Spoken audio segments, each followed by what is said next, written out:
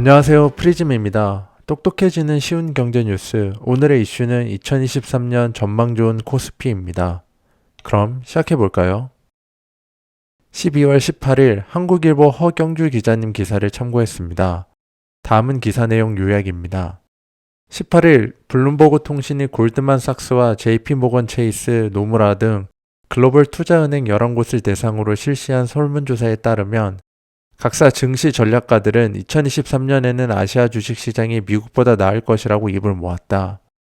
11곳 금융사 소속 전문가들은 아시아 증시를 짓누르는 악재가 내년에는 해소될 것이라며 상승 랠리를 기대했다. 촉매제는 중국의 제로 코로나 정책 변화 기대감이다.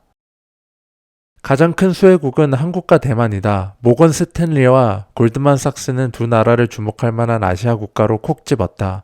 양국은 반도체와 기술 하드웨어 산업 비중이 높은데 중국의 코로나 관련 규제 변화로 내년 업황 부활이 예상되면서 증시 역시 강세를 보일 것이라는 분석이다. 주춤하는 킹달러 현상 역시 아시아 증시를 끌어올릴 것으로 보인다. 1년 동안 한국 코스피 지수를 나타낸 그래프입니다. 12월 18일 코스피는 연초 고점 대비 20.74% 하락한 2360포인트입니다.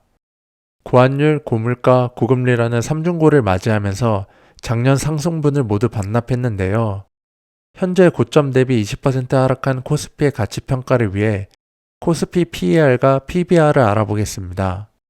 여기서 PER은 주당 수익 비율을 뜻하며 시가총액에서 당기 순이익을 나눈 값입니다. PER은 주가 순자산 비율을 뜻하며 시가총액에서 총자산을 나눠서 계산합니다. 이 두 지표는 주가의 가치 평가에 사용되는데요. 일반적으로 PER과 PBR이 높으면 순이익과 총자산 대비 주가가 고평가이고 반대면 저평가되었다고 판단합니다.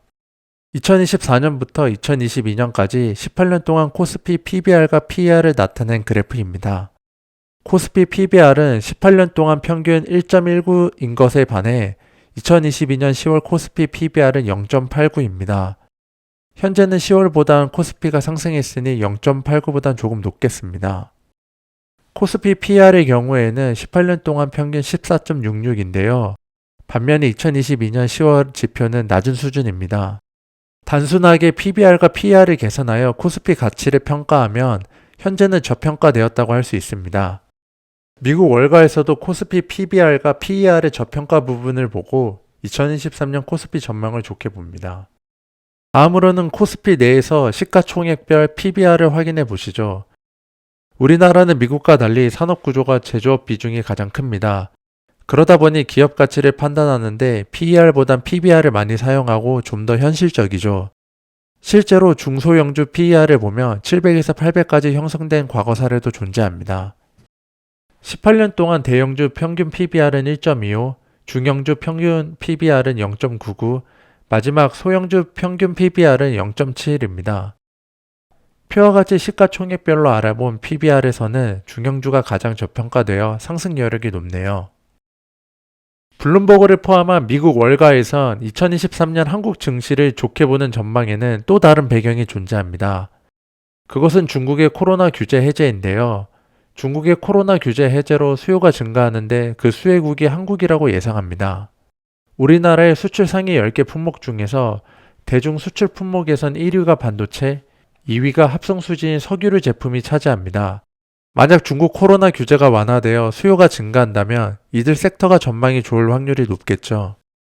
다음은 환율입니다. 올해 10월까지 연준의 가파른 금리 인상으로 원달러 환율이 1,450원까지 올랐는데요. 환율이 급등하면서 코스피 시장 내 외국 투자 자금이 많이 빠지게 되었죠. 이로 인해 코스피 하락이 가속화되었습니다. 12월인 현재 아직까진 평년 대비 높은 수준이지만 지난 고점에 비하면 많이 안정화되었습니다. 안정화된 환율을 바탕으로 외국 투자 자금이 유입되면 저평가된 주식 위주로 상승할 가능성이 높습니다. 이는 미국 월가가 한국 증시를 좋게 전망하는 마지막 이유입니다. 중국의 코로나 방역 규제 완화는 분명 우리나라 기업에겐 좋은 소식입니다. 하지만 대중 무역 수지 지표와 국제 정세를 보면 그리 낙관적이지만은 않은데요. 국세청에서 12월 10일에 발표한 우리나라 무역 수지를 보면 대중 수출 성장세가 급속도로 감소하였습니다. 게다가 한국의 대중무역 수출 품목 1위인 반도체가 미국의 규제로 인해 중국으로 수출이 어려워지고 있습니다. 이러한 상황 속에서도 전망이 좋은 섹터가 있습니다.